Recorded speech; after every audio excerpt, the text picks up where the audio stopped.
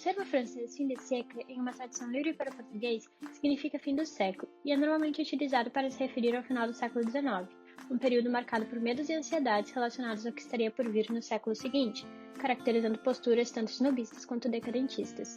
As situações políticas, econômicas, sociais e culturais contribuíram para o desenvolvimento destes sentimentos de término de uma era, de encerramento do século.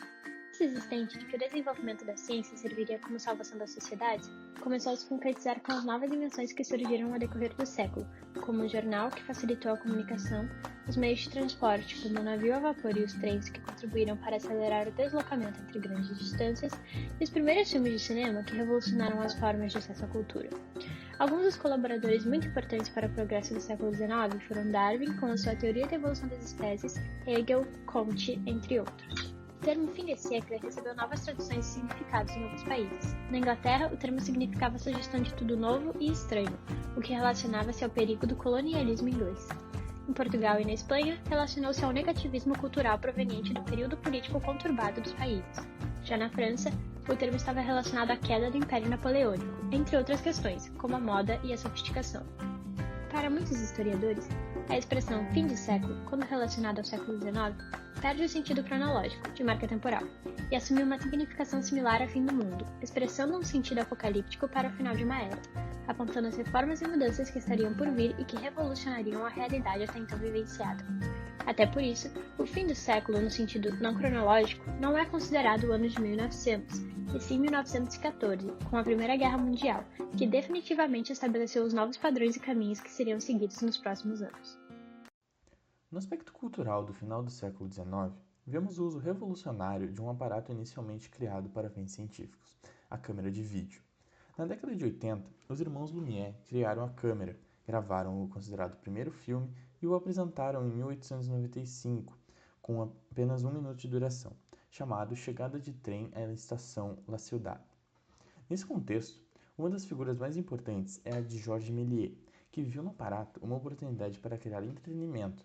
Assim, criou o primeiro estúdio de cinema que utilizava a luz natural, tendo um telhado de vidro, onde o cineasta produziu mais de 200 filmes, em sua maioria de curta-metragem.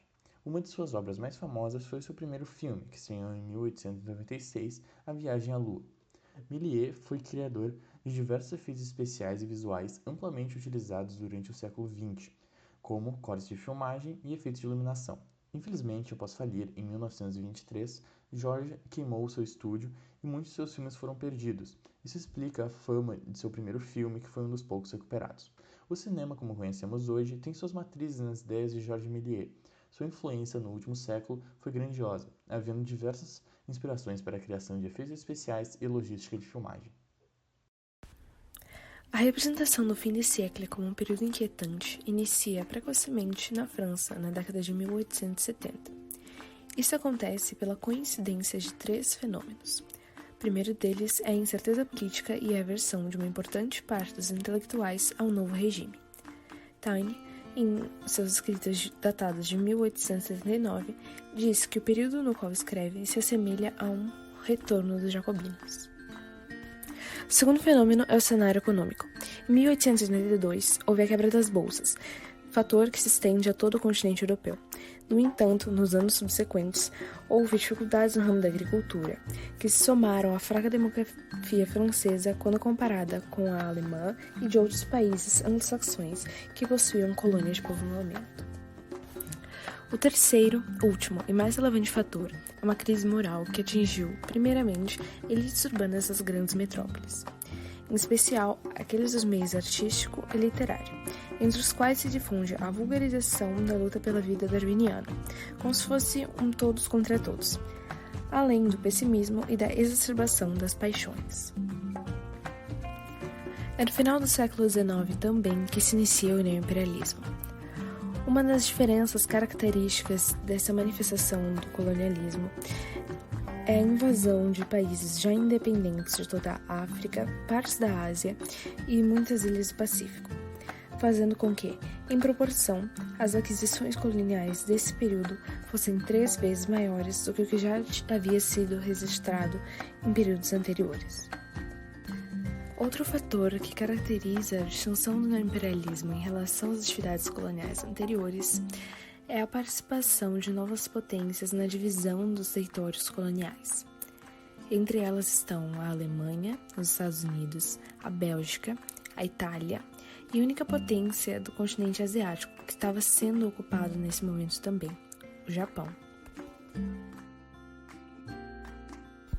Falando mais sobre o desenvolvimento científico do século XIX, vamos falar da teoria da evolução das espécies de Charles Darwin, também conhecida como darwinismo, que afirmava que as espécies existentes são o resultado da evolução de espécies mais simples e antigas, que precisaram se adaptar às mudanças de ambiente e condições para sobreviverem. O nome atribuído a esse aspecto da teoria foi a seleção natural, pois as alterações ambientais eliminavam uma parcela de indivíduos que não se adaptava à nova realidade, de forma que apenas os resistentes permaneciam. A importância dessa teoria para o desenvolvimento da ciência ao longo dos anos, principalmente da biologia, é indiscutível. O trabalho de Darwin e de Wallace, um botânico britânico que desenvolveu uma teoria muito semelhante de Darwin, moldou durante anos os progressos e estudos da área das ciências biológicas, de forma que até os dias de hoje a teoria da evolução das espécies é ensinada em escolas do mundo todo.